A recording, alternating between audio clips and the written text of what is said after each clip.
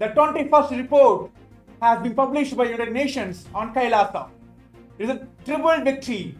First, the 21st time, they have acknowledged the persecution KAILASA and the Supreme Pontiff of Hinduism have gone through. Second, the 6th time, they have recognized and acknowledged the judicial statehood of KAILASA.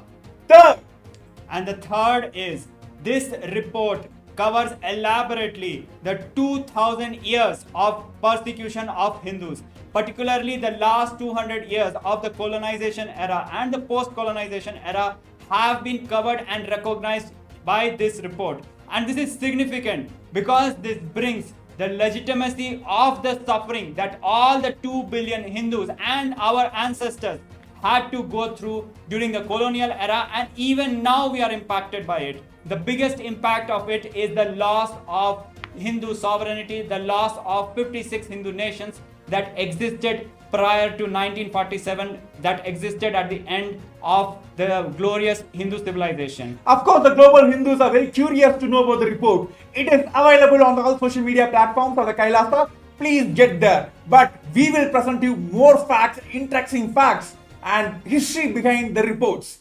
So this has been published by United Nations for a global call for concrete action for the elimination of racism, racial discrimination, xenophobia, and related intolerance, and the comprehensive implementation of and follow-up to the Durban Declaration and Program of Action.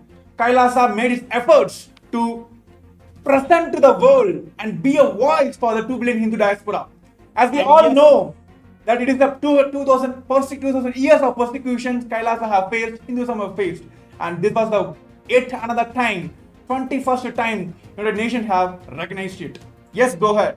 And the biggest part is the intricacies, the nuances, the details of the persecution of Hindus are presented. We are talking about racism, racial discrimination, xenophobia, but from where did it originated? It originated from the time of colonization. It originated from the colonization origin, the British colonial origin of the caste system, which has been imposed on the Hindus.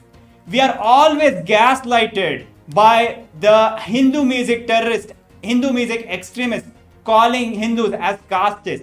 But the caste word itself does not exist in Hinduism. It is a colonial construct that was forced on us in 1871 by the forced entry of casteism by the colonial policies. This report exposes this reality, and it's for the first time this reality has been acknowledged at the international level. And this is a big significant achievement, not just for KAILASA, it is a big achievement for all 2 billion Hindus who are victims to this gaslighting done by the Hindu music terrorists. Yes, so when we take 2000 years of colonial route before that, in the persecutions done on Hinduism, of course, during the Mughal invasions, they have destroyed the physical infrastructure of KAILASA. But during the colonial time, they have intellectually destroyed KAILASA and the Hindus all around the world. See, by these colonizers, they have strategically and cunningly disordered the Hindu kingdoms and introduced this caste system. As we was told earlier, let me quote it from the what report has been said. In 1971, the word caste was used by the colonial government to force fit people groups into the pseudo-identity frameworks based on the surname, appearance, facial features, etc. So by using this, they made a legislative act of called Criminal Tribes Act. See, the worst part of this is the Hindu monks, the sannyasis are by default made as the criminals, treated as the criminals under this act. So what happens? When you put this act on the sannyasis, the entire lineage of the Hinduism falls. Because the very Hinduism is fundamentally rooted on the Guru-disciple relationships, Guru-Shishya Parampara. The sannyasis are the standing authority. Even during all the persecutions, sannyasis stood and protected the Hinduism from all the attacks. Sannyasis protected Hinduism by their life. By putting their life, they protected the Vishwanath temple. They protected all our enlightened ecosystems.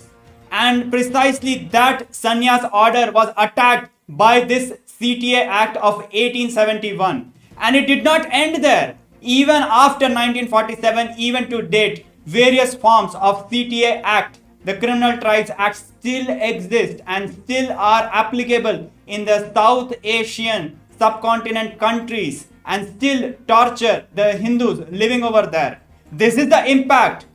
Very systematically, in multiple fronts, the colonizations had destroyed the Hindu sovereignty. The 56 Hindu nation, all the Hindu states were destroyed, dismantled. The very social fabric which made the Hindu civilization function together, coexisting and helping each other, that whole social fabric was shattered and broken. And this report systematically exposes this step by step.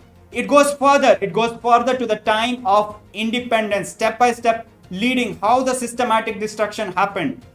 As we already know, during the Mughal invasions, the physical destruction happened.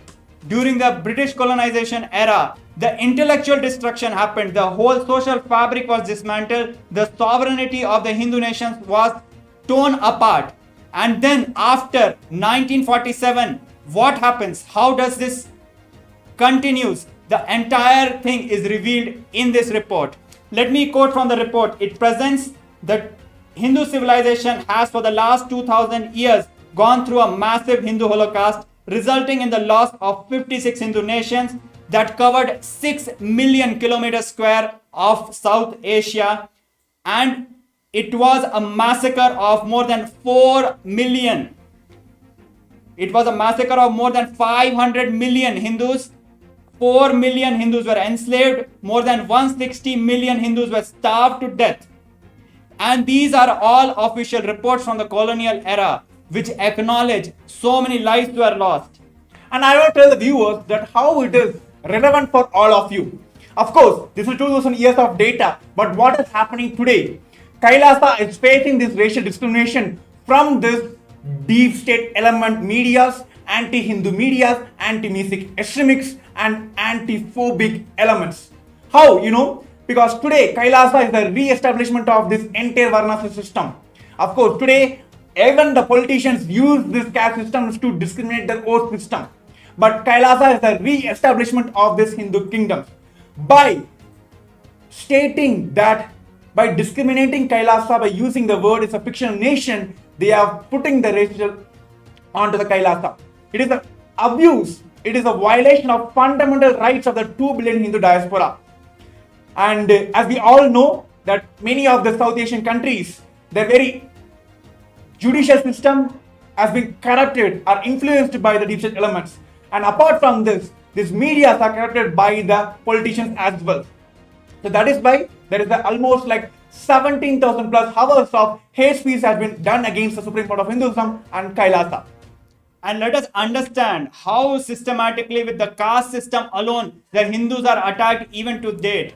Throughout the world, anti-Hindu, Hindu music legislations are passed. Hindus are treated discriminately just using this caste system which was forced upon us. First of all, the 4 Varnashrama system is about a fluid classification system which is dependent on a person's activism and his pursuits of life. Whether he wants to excel in business, whether he wants to excel in education, whether he wants to excel in statecraft, or whether he wants to excel in his profession. Depending on that, this Varnashrama Dharma empowers each and every individual with a customized path for professional excellence and enlightenment together. However, this beautiful, empowering Varnashrama Dharma was faultily generalized, and 5,000 communities and 15,000 sub-communities of Hinduism were faultily generalized into the 4 Varnashrama orders, which is a complete deviation from the written scriptures and the practice of Hindus. And what happened subsequently? With this distortion, they destroyed our social fabric. With this distortion, they introduced their Hindu music ideologies into our community. They poisoned our community. And finally, after poisoning the Hindus, they blamed for the whole mess upon us and gaslighted us. And now the present day generation believes that the caste system is of Hindu origin, whereas it is not. And more than this, that in this Varnashram system, the abductions that removal of systems and putting the Criminal Tribe Act have made many Hindu sovereign entities to leave the country, exile the country. The very government was exiled. Of course, yeah, we have spoken about the 21st report, which spoke about and acknowledged the persecutions done against KAILASA and the Supreme Pontiff of Hinduism. We're gonna speak about how they have acknowledged and recognized the 6th time of Juridical Statehood of KAILASA in a short break. So please stay tuned with us. We're going to bring more facts from you on this 21st report from KAILASA.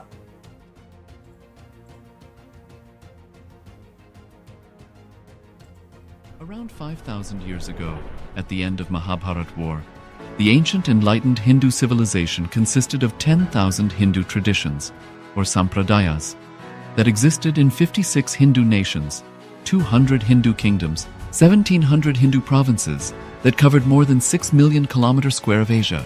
The Supreme Pontiff of Hinduism, SPH, BHAGAVAN Nithyananda Paramashivam, is the reviver of KAILASA, this ancient enlightened Hindu civilizational nation. KAILASA is an unbroken cultural, religious, historical, civilizational, and sovereign continuation and revival of multiple of these historical Hindu sovereign states and Hindu ecclesiastical entities. The unbroken continuity of these ancient Hindu nations through KAILASA results in the legal recognition of KAILASA as per the international customary law, particularly the doctrine of continuity.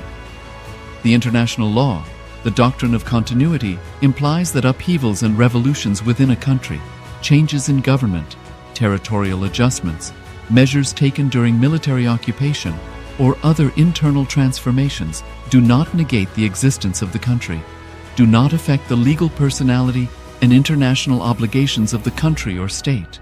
The Vienna Convention on Succession of States in respect of treaties, 1978, addresses these principles of the doctrine of continuity as it outlines international law during situation of state succession or continuation. International law recognizes a state's legal personality by recognizing its identity. This perspective extends even during the period when the given state or country is annexed or occupied by a foreign power. Even in such cases, the legal personality of the state is considered to persist, enabling its subsequent re-establishment. Historical examples dating back to the 18th century include cases like Portugal and Genoa that were re-established after the Vienna Congress of 1815. More recent examples include countries such as Poland, Ethiopia, Czechoslovakia, Albania, and Austria that were re-established after World War II. Even when a nation is deprived of its territory, the nation continues to exist. Its sovereignty and international legal personality continues to persist.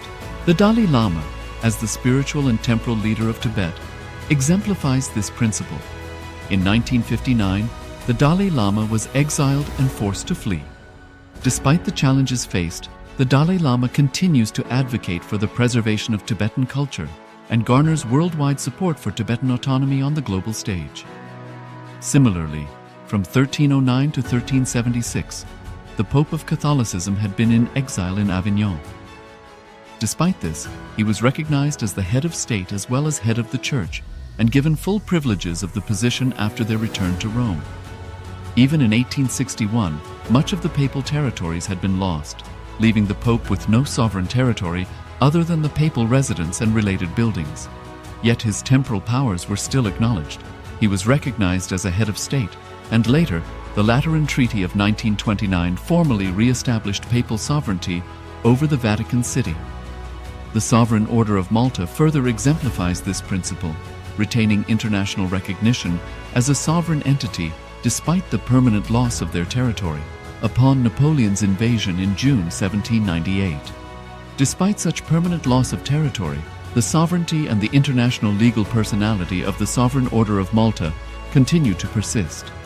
Much later in 1894, the order settled in Rome and acquired two properties, the Magistral Palace and the Magistral Villa that received extraterritorial status.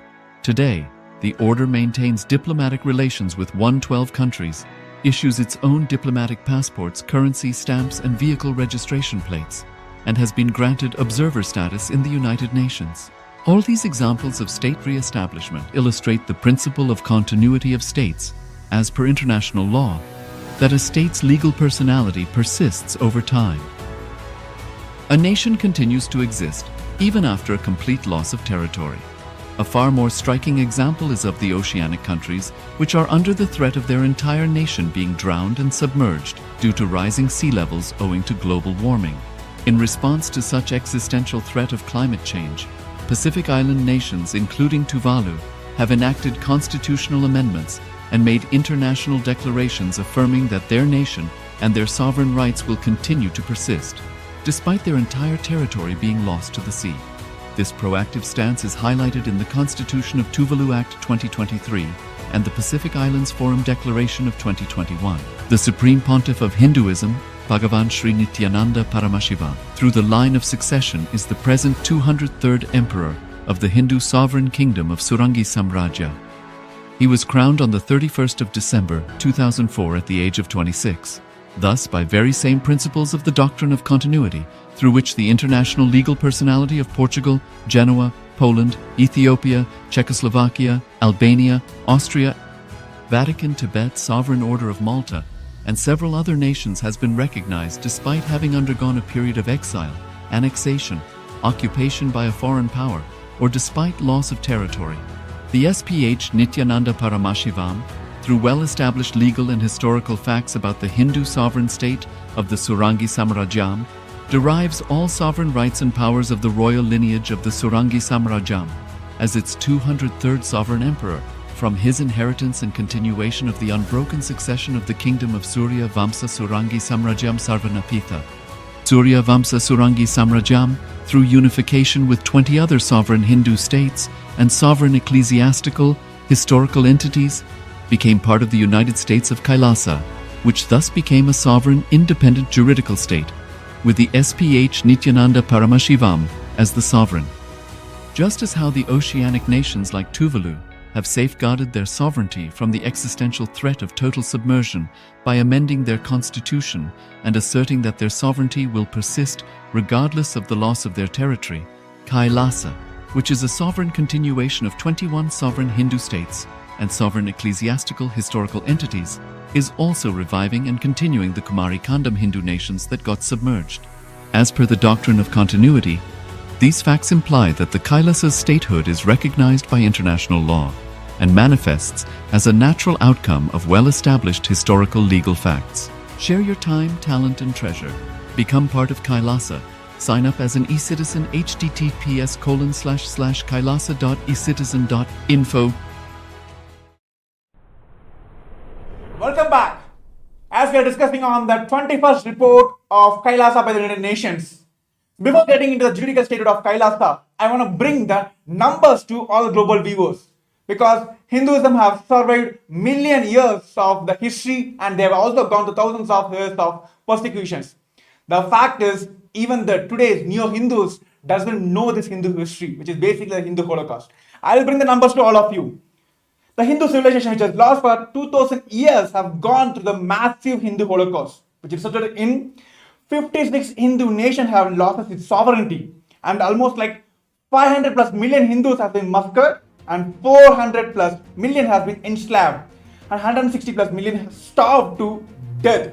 It has not just happened by default, because Hindus are the richest ethnic minority in everywhere. Even during 2000 years back, they are the 40% of the global GDP. This starvation was forced by the British colonization.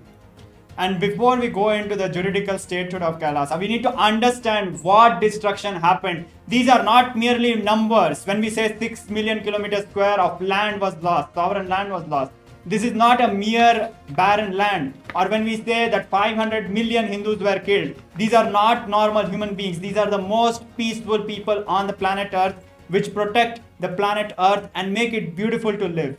What has been lost is devastating. It has completely changed the planet Earth. Today, the entire crisis that we are facing on planet Earth is because of the loss of these 56 Hindu nations. Just take for an example. We have been taught, falsely brainwashed, to think that the caste system is based on Hinduism, which is a lie, because in Hinduism, each and every person is not just treated as an equal human being, he is treated as Paramashiva. Tell me which country, which place in the world you will be treated like Paramashiva. This is what we have lost by the loss of the Hindu nations. And not only that, how many of you know that the greatest knowledge was kept in the Nalanda Hindu University, which burnt for 6 months? So not only like Hindus are like rich by the wealth, they are rich by the knowledge, they are rich by the experience, and they had a solution. Hinduism has a very solution for all the world's today's problem, whether it's a global warming or wars around the world. How many of you know the fundamental principle of Kailasa is Ahimsa Paramo Dharmaka? The non-violence is the fundamental and the ultimate cosmic law. So here I'm bringing the facts that why Hindu nation is needed and what Kailasa is standing for. And also, all these aspects have been recognized and published by the United Nations in this 21st report, which is a big achievement for all 2 billion Hindus, that the Hindu principles are getting recognized at an international stage. And these are not just a statement given by the Kailasa or represent the sovereign entity of the Kailasa, Supreme Pontiff of Hinduism. These are acknowledged by the United Nations. Let me quote it from the article itself. The lessons from the Hindu Holocaust have led to the revival of Kailasa and establishing this ancient, enlightened Sanatana Hindu civilization nations. The fundamental permissions of justice system of Kailasa is the truth of Paramashivogam, that is Paramashiva, that every being on this planet is treated as Paramashiva. So it is not only Hindus, every being, not only like humans or like even ants, animals, plants, everyone is treated as Paramashiva as per Hinduism. So these are the policies given by Kailasa and taken by Kailasa to eradicate racism from this entire humanity, not from just from Hinduism, from the entire humanity. First is the Vasudeva Kudumbam. The whole world is my family. When this comes, where comes the wars? Yes, and about Vasudeva Kutumbakam, many of us do not even understand what it means. Vasudha means earth, mother earth, and Kutumbakam means the family. It is a very powerful Sanskrit verse which reveals that mother, earth is my mother, and that is why we are all family. So where is the discrimination there? When every being which is living on planet earth is united by the same mother, it is these powerful cognitions of Hinduism which prevented wars for millions of years and kept the whole planet of earth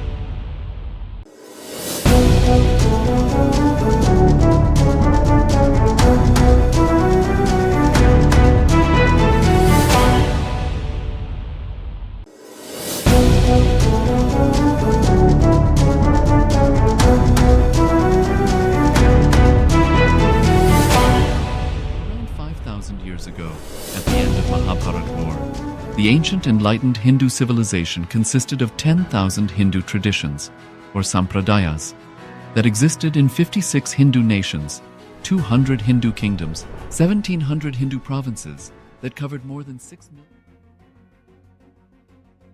Victory for Kailasa.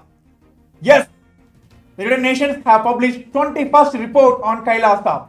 It is a 3-level of victory. First, for the 21st time, they have acknowledged the persecutions done against Supreme Pontiff of Hinduism and Kailasa. The second is, for the 6th time, they have recognized the Kailasa's Juridical Statehood. And the third goes for witnessing the 2000 years of persecutions Hindus have gone through. This is very significant. This is the first time in the history of humanity that the persecution of Hindus for the past 2000 years have been acknowledged by the United Nations on an international platform like this, and especially the last 200 years of colonization and post-colonization year, the entire persecution and entire dismantling, how it was done against Hinduism, has been documented in this report and presented and acknowledged. Of course, the global Hindus are very curious to know about the report. It has been published on United Nations and it has been already shared on all social media platforms of Kailasa. So this report was submitted for the global call for the concrete action for the elimination of racism, racial discrimination, xenophobia, and related intolerance, and the comprehensive implementation of and the follow-up of the Turban Declaration and the program of actions. So it is a great victory for Kailasa once again. Of course, the global Hindus are very enthusiastic and always celebrating this victory for Kailasa. First, we need to understand when we are talking about racial discrimination, xenophobia, all these things were never part of Hinduism. So when did it start? And even today, how we are suffering? This first started in 1871 when the caste word was introduced. It is not even a word that exists in Hinduism in our entire history. It was forced upon us by the colonizing powers and it was used to dismantle our society. The Hinduism has 4 varnashrama dharmas, the 4 paths. Whether you want to excel in life, in business, you want to excel the life in education, in scholarly works, you want to excel in life through the pursuits of your profession, or you want to excel in life through statecraft. Whatever you might choose, based on that, a customized path for your professional excellence and for your enlightenment was offered to Hinduism through the Varnashrama Dharma. But this, which is the biggest strength of Hinduism, was dismantled. How? 5,000 communities and 16,000 sub-communities of Hinduism were faultily generalized into these 4 Varnashrama Dharma, and it was forced on us, which is completely against our practice, our tradition, our scriptures. Yes, the very caste word was not part of the Hindu system, Hindu ecosystem or Hindu lifestyle. But how it has got into the Hinduism? As we told earlier, the Mughal invasions have destroyed all the physical infrastructures of Hinduism. But to eradicate, to destroy the intellectual, the knowledge system of Hinduism, the British colonizers have brought this caste system to discriminate the people. So let me quote it from the article which is published by the United Nations. In 1871, the word caste was used by the colonial government to force its people into a framework based on the surname, appearance, facial features. The worst part is they passed a legislation as a criminal tribal act. The worst part is all the sannyasis, all the monks of the Hindus were defaultly coined as and defaultly put them under the category of criminals of the country.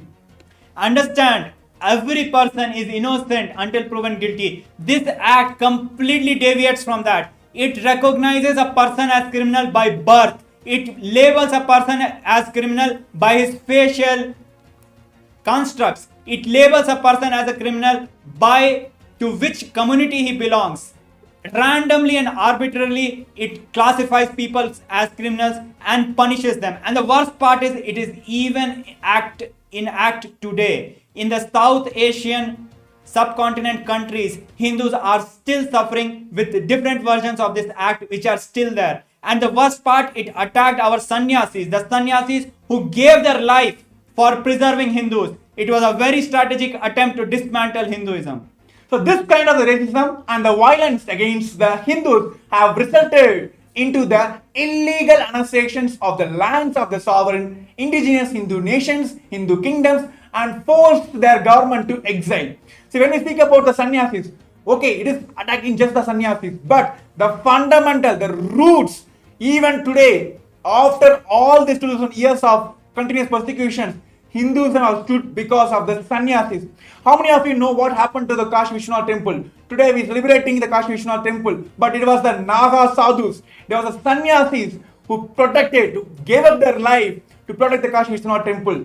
So when they attack sannyasis, when they by default name them as a criminal, the very sovereign rights of the nations, very sovereign rights of the Hindu kingdoms have been revoked.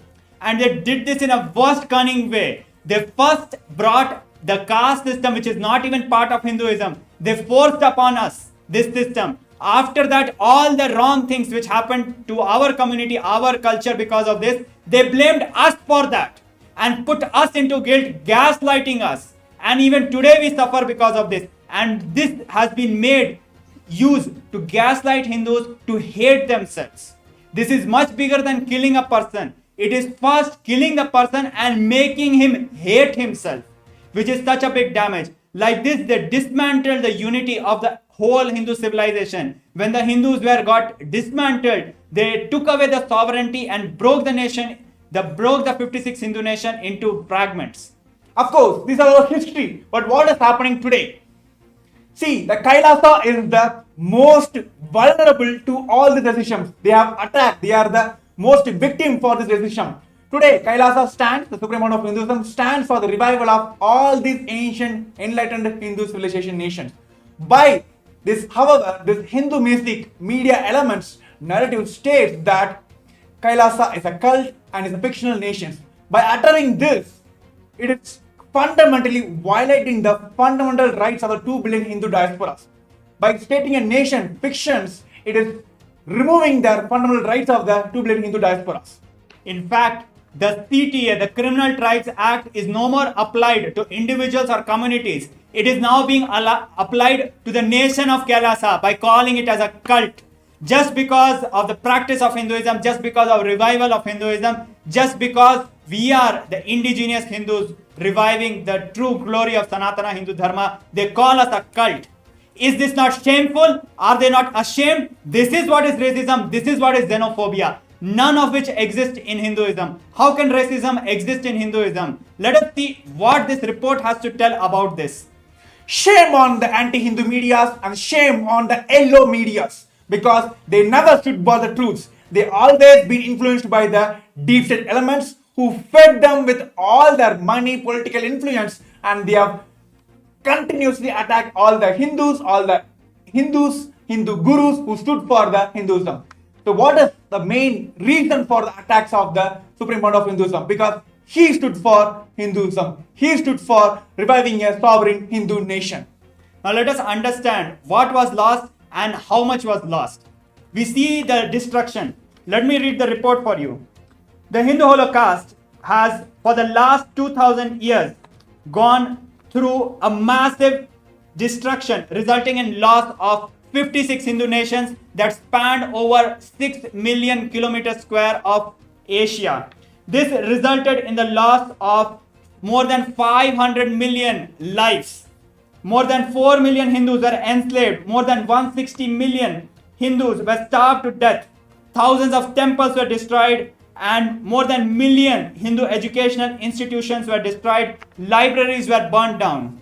Yes, these numbers are very important, not only for the global viewers, even for the neo-Hindus, because they doesn't know about the history, because the very history has the very Hindu Holocaust. Today, whatever the history you know about Hinduism, it is fabricated by the British colonizers and this anti-Hindu medias. Let me tell the numbers once again. It is a 2000 years of persecution, and 56 Hindu nations have lost its sovereignty, and 500 plus millions has been massacred during this entire persecutions. And almost more than 4 million Hindus has been accused of rape, sex, and they have been completely dismantled from the very life itself. But understand, all these things never happened in Hindu nations. The reason is there was no casteism, there was no xenophobia, there was no racial discrimination. How can there be any racial discrimination or casteism in Hinduism when we believe the glorious principles of Hinduism? Now let us see directly from the report what it has. Of course, the fundamental principles taken, the measure taken by the Kailasa is implementing Paramashivam, that is, you are Paramashiva. Which nation, which community, which religion even gives this rights to everyone that you are treated as the ultimate body of the religion? But of course, we're bringing more facts to all of you. We want all the viewers to stay tuned with us. There are crisp, more details on this 21st reports by the United Nations on Kailasa. Stay tuned with us. Around 5,000 years ago, at the end of Mahabharat War, the ancient enlightened Hindu civilization consisted of 10,000 Hindu traditions, or sampradayas, that existed in 56 Hindu nations, 200 Hindu kingdoms, 1,700 Hindu provinces that covered more than 6 million kilometers square of Asia. The Supreme Pontiff of Hinduism, SPH, BHAGAVAN Nithyananda Paramashivam, is the reviver of Kailasa, this ancient enlightened Hindu civilizational nation. Kailasa is an unbroken cultural, religious, historical, civilizational, and sovereign continuation and revival of multiple of these historical Hindu sovereign states and Hindu ecclesiastical entities. The unbroken continuity of these ancient Hindu nations through Kailasa results in the legal recognition of Kailasa as per the international customary law, particularly the doctrine of continuity. The international law, the doctrine of continuity, implies that upheavals and revolutions within a country, changes in government, territorial adjustments, measures taken during military occupation, or other internal transformations do not negate the existence of the country, do not affect the legal personality and international obligations of the country or state. The Vienna Convention on Succession of States in respect of treaties, 1978, addresses these principles of the doctrine of continuity as it outlines international law during situation of state succession or continuation. International law recognizes a state's legal personality by recognizing its identity. This perspective extends even during the period when the given state or country is annexed or occupied by a foreign power. Even in such cases, the legal personality of the state is considered to persist, enabling its subsequent re-establishment. Historical examples dating back to the 18th century include cases like Portugal and Genoa that were re-established after the Vienna Congress of 1815. More recent examples include countries such as Poland, Ethiopia, Czechoslovakia, Albania, and Austria that were re-established after World War II. Even when a nation is deprived of its territory, the nation continues to exist. Its sovereignty and international legal personality continues to persist. The Dalai Lama, as the spiritual and temporal leader of Tibet, exemplifies this principle. In 1959, the Dalai Lama was exiled and forced to flee. Despite the challenges faced, the Dalai Lama continues to advocate for the preservation of Tibetan culture and garners worldwide support for Tibetan autonomy on the global stage. Similarly, from 1309 to 1376, the Pope of Catholicism had been in exile in Avignon. Despite this, he was recognized as the head of state as well as head of the church and given full privileges of the position after their return to Rome. Even in 1861, much of the papal territories had been lost, leaving the Pope with no sovereign territory. The last segment we have spoken about the 6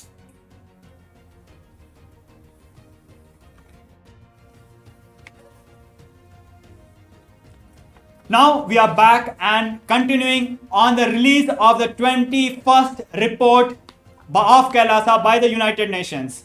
So we have been going through the persecution that the Hindus have gone through in the last 2000 years and particularly in the last 200 years. We understand that more than 6 million kilometers square of sovereign territory was lost. We understand 56 Hindu nations were lost. We understand 500 million Hindus were killed.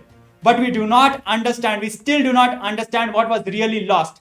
We need to know Hinduism. We need to understand the gifts of Hinduism to understand what we have been gone through. So let us understand directly from the report what it has to say. Yes, The very fundamental reason why Kailasa exists, why Kailasa has to be revived, is to tell the world that humanity, the superconscious breakthrough, is available for the humanities. And here are the policies and the measures taken by the Supreme Pontiff of Hinduism and Kailasa to eradicate the racism from the entire humanity, not just from the Hinduism, from the entire humanity. The first principle is Vasudhaiva Kutumbakam. The whole world is my family. When you bring this policy in your country, how a wars can be induced between countries and countries? So let us understand by this principle. Many of us know Vasudhaiva Kutumbakam means whole world is my family, but we need to understand the word itself, the Sanskrit word. Vasudhaiva, Vasudha, Mother Earth, Kutumbakam, the family of Mother Earth. Just by translation, you will understand how beautifully the Hindus cognize. Our ancestor had powerful cognitions about the world. Earth is my mother, and each and every being is my family. Because we are from the same mother, how can there be discrimination? How can there be fight? And that is why Hindus lived beautifully and peacefully, because we lived by these principles.